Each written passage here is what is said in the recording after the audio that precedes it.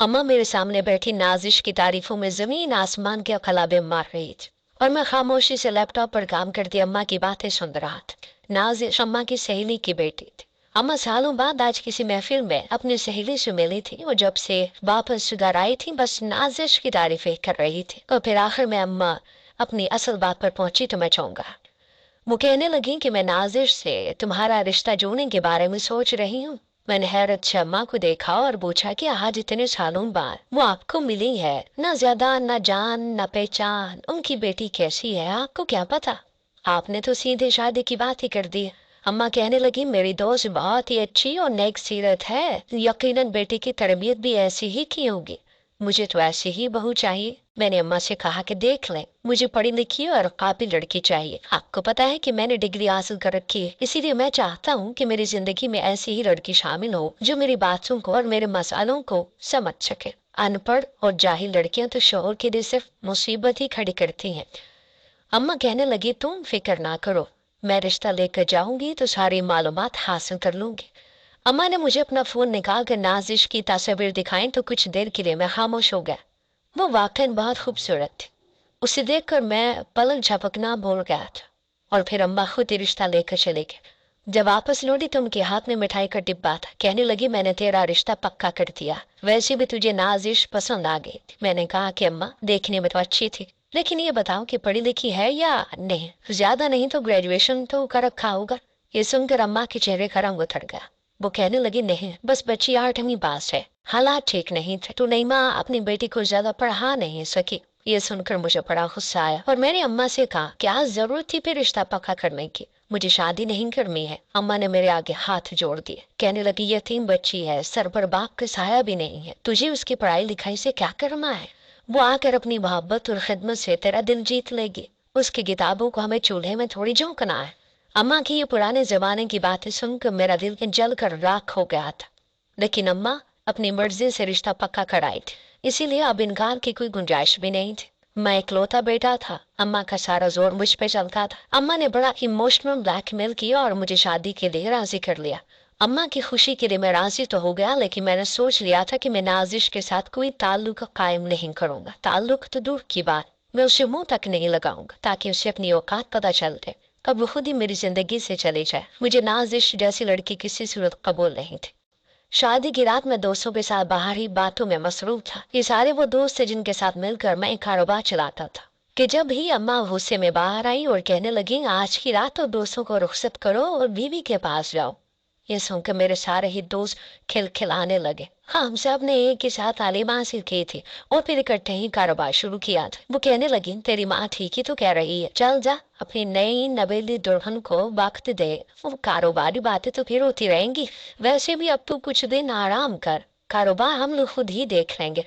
वो सब वापस चले गए। मैंने अम्मा को गुस्से से देखा और कहा कि दोस्तों के सामने तो ऐसी बात न करती, वो लोग क्या सोचते होंगे? अम्मा कहने लगी उन लोगों को ही सोचना चाहिए था कि आज तेरी शादी की रात है, 12 बजने वाले हैं और तू अभी तक अपने कमरे में नहीं गया, दुल्हन क्या सोचेगी? अम्मा को मुझसे ज्यादा नाजिश की फिक्र।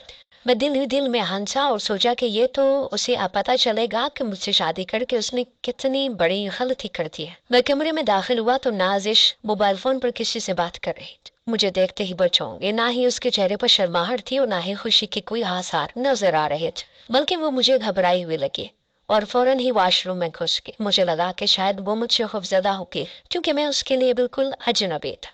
काफी देर बाद जब वो वॉशरूम से निकली तो उसने अपना लिबास भी तब्दील कर लिया था। वो खामोशी से बिस्तर पर लेट गई। मैंने मुझसे कोई बात न की, अपना लिबास तब्दील किया और सोने के लिए लेट गया। ऐसा लग रहा था कि मेरी तरह वो भी मुझसे दूर ही रहना चाहती है।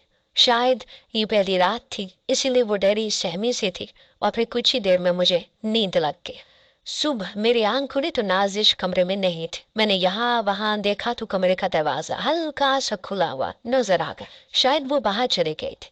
मुझे सुकून सा महसूस हुआ। उसने रवायती बीवियों की तरह ना ही मुझसे अपने हकूक तलब किए थे और ना ही जबरदस्ती मेरे सर पर सवार होने की कोशिश की थी।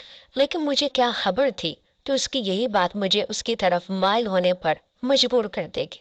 जब मैं कमरे से निकला तो वो नाश्ता बनवा रही थी। मैं हैरान हुआ कि पहली ही सुबह वो मुलाजमों के साथ बावर्ची खाने में मसरूफ हो गई थी।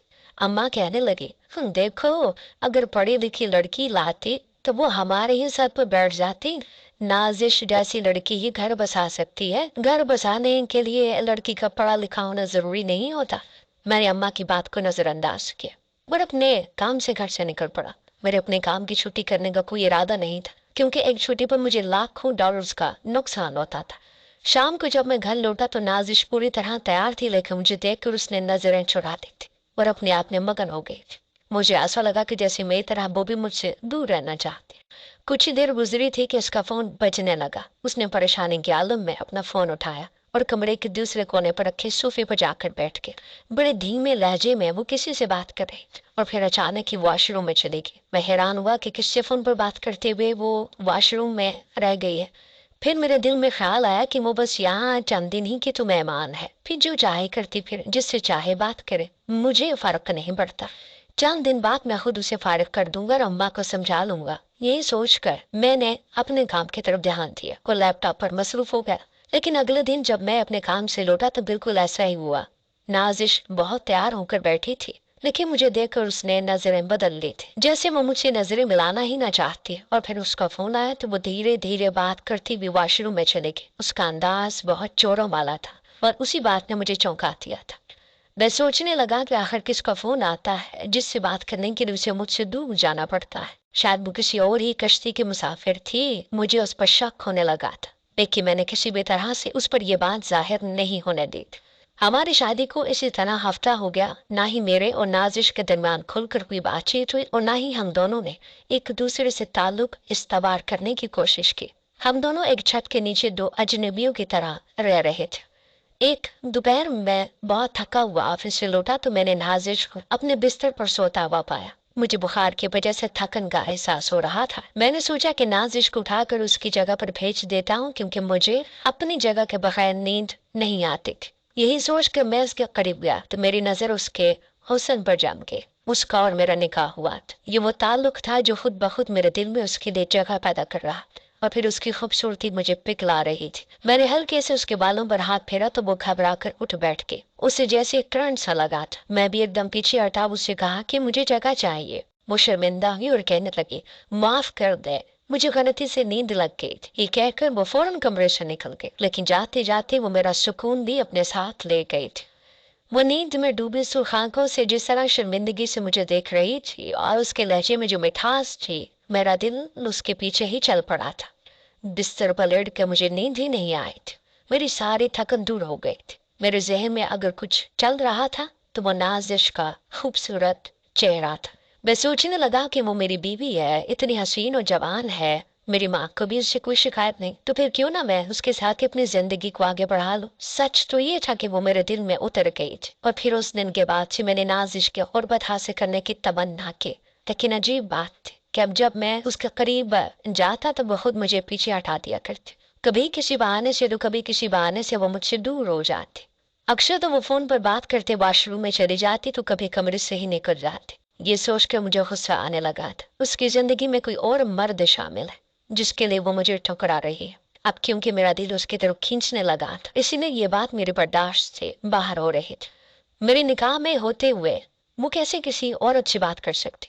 इस बात का ख्याल मुझे अब आ रहा था जब मैं खुद उससे मोहब्बत करने लगा था, लेकिन जाकर भी मैं इस बात का इजहार नहीं कर सका था। और शायद उसकी वजह पहली रात की वो बेरुखी थी जो मैंने उसे दिखाई थी। अब उसके आगे झुकना मेरी मर्दानगी को ठेस पहुंचा रहा था, इसलिए मैं बस आहिस्ता आहिस्ता उससे करीब होने की कोशिश करता था। लेकिन अजीब बात है कि उसे अपने फोन से फुर्सत ही नहीं मिलती। न जाने किसके साथ वो घंटों बातों में मसरूफ रहा करती।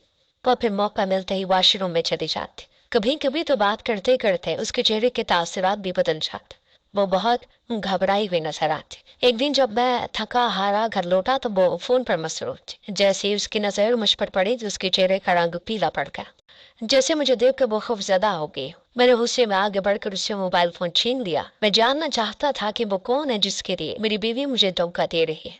जैसे ही मैंने फोन कान पर लगाया तो मेरी जान निकल गई। दूसरी तरफ से आती आवाज ने मेरे होश उड़ा के रख दिए थे। मैंने फटी फटी निगाहों से अपनी बीवी को देखा और फिर खुद उसे वॉशरूम में जाने की इजाजत दे दी। वो फोन पकड़कर फौरन ही वॉशरूम में चली गई और मैं जमीन पर घुटनों के बल बैठ गया था। मुझे यकीन नहीं आ रहा था कि मेरी बीवी इतने दिनों से मेरे सामने फोन पर जिससे बात कर रही थी मैं उसे अच्छी तरह जानता था। وہ واش روم میں کیوں جاتی تھی اس بات کا مطلب بھی مجھے سمجھ آ گیا تھا، لیکن آج مجھ میں اتنی ہمت نہیں ہو رہی تھی کہ میں اسے واش روم میں جانے سے روک سکتا یا اس تکلیف پر کھل کر چیخے مار مار کر روک سکتا۔